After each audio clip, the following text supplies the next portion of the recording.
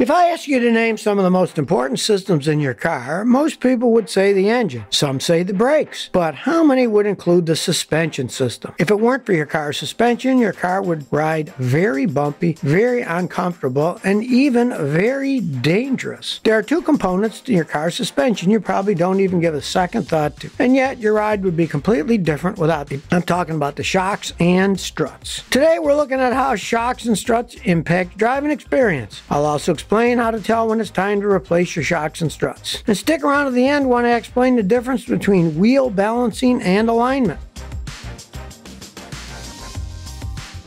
By the way, a lot of time and research was done to put together this video, and I really want to know what you think. So while you're watching this, please comment below and share your thoughts. Let's start by breaking down a typical suspension system. Every day, your car moves in multiple directions. Forward, backwards, left, and right. That's not all. Your car can also move up and down, especially if you're driving on an uneven surface or accelerating or braking quickly. That's when weight distribution comes into play. Every time your vehicle moves in a different direction, its weight distribution changes. As you can imagine, if weight distribution is off, your driving will be too. And that's where the suspension system comes in. It's the suspension system's job to absorb and dissipate the energy from those changing driving conditions. Your suspension also plays a part in helping your tires maintain an even and controlled contact with the road every time you change the direction of the steering wheel and when you brake.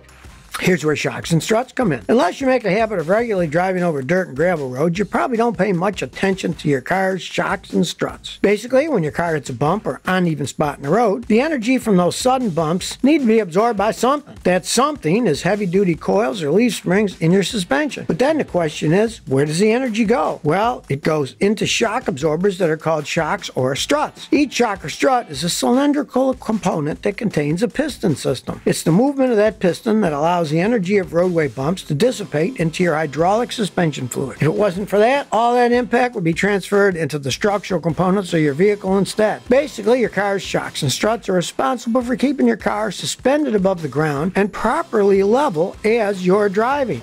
Now, shocks and struts both share the common purpose of shock absorption, but actually they differ from each other. Here's how. Along with absorbing shocks, struts also serve as structural weight-bearing components on your vehicle. Depending on what type of vehicle you drive, your suspension system might have only shocks, only struts, or you could have some combination of the two. The more you drive your car, the more you can notice if something feels off when you drive it. The harder part is to know what exact component is causing the off feeling. In some cases, it's your suspension system that's the root cause. For example, when your shocks get worn or when the struts are going bad. Let me share with you the key symptoms that may indicate there's some issue with your shocks or struts.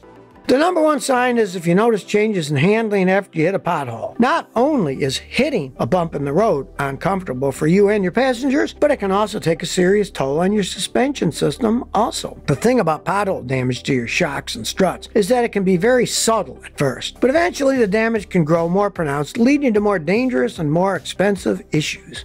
The primary goal of struts and shocks is to prevent the amount of suspension movement. Your car is designed to comfortably withstand a certain amount of movement. So, if you're noticing your ride is bumpier than ever before, it's a clear sign the shocks and struts are out of whack. Stay alert for unusual sounds coming from your vehicle, or if you sense that your steering wheel is pulling your vehicle to the left or to the right. If you notice any of these red flags, you should schedule an appointment at your local repair shop. Another sign of damage to the shocks or struts is fluid leaks. Inside your shocks and struts is hydraulic suspension fluid. Keyword is inside. If you notice any liquid outside the shocks and struts, it means the housing of the shock or strut may be cracked or have a worn out seal.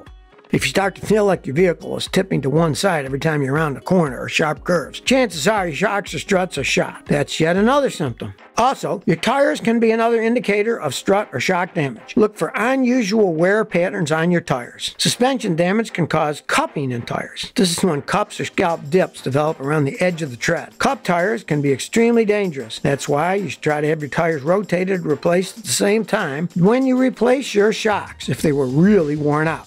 Another thing to look out for is braking issues. Every time you stop your vehicle, your brakes take most of the heat. But actually, your suspension plays a part too. When struts are worn or damaged, the vehicle will often compensate in other ways. So if you notice that your vehicle is taking longer to stop or starting to feel like it dives or lurches forward when you suddenly hit the brakes, then you might have some worn out shocks or struts. Also, when you accelerate quickly, look out whether your vehicle squats, meaning it gets noticeably lower. This may indicate there's uneven weight and shock absorption in your shocks or struts. Look for visual damage to the struts. I'm talking about things like physical damage to the shocks or struts, including the mounts and the bushings, which can become corroded, damaged, or cracked as time goes on and need replacing. As a general rule, you should start inspecting your shocks and struts around 50,000 miles, and then it's best to make sure they're regularly inspected. Your local road conditions, driving habits, and type of vehicle you drive have a large impact on your suspension system. For example, if you have a heavier vehicle, they're going to wear out faster than in a light vehicle. Now, let's say you notice some symptoms, but you choose to ignore them. Thing is, if you wait too long until your shocks wear completely, your struts are hanging out for dear life, you're only hurting your suspension.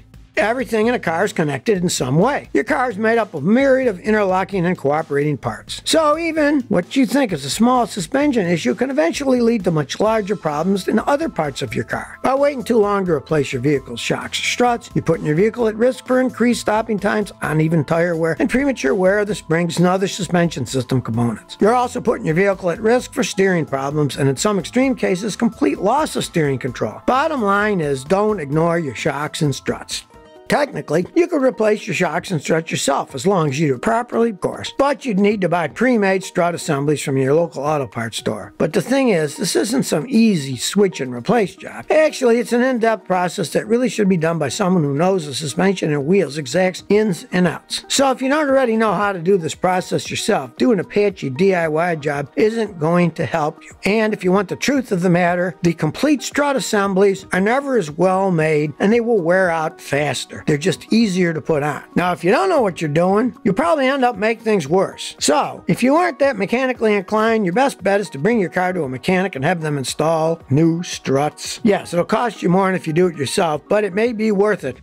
By the way, when you take your car in for a routine check, you may be told there are issues with your alignment or balance. Often tire balancing and alignment happen during one service, but that doesn't mean they're the same thing. Tire alignment and tire balancing are actually two separate things.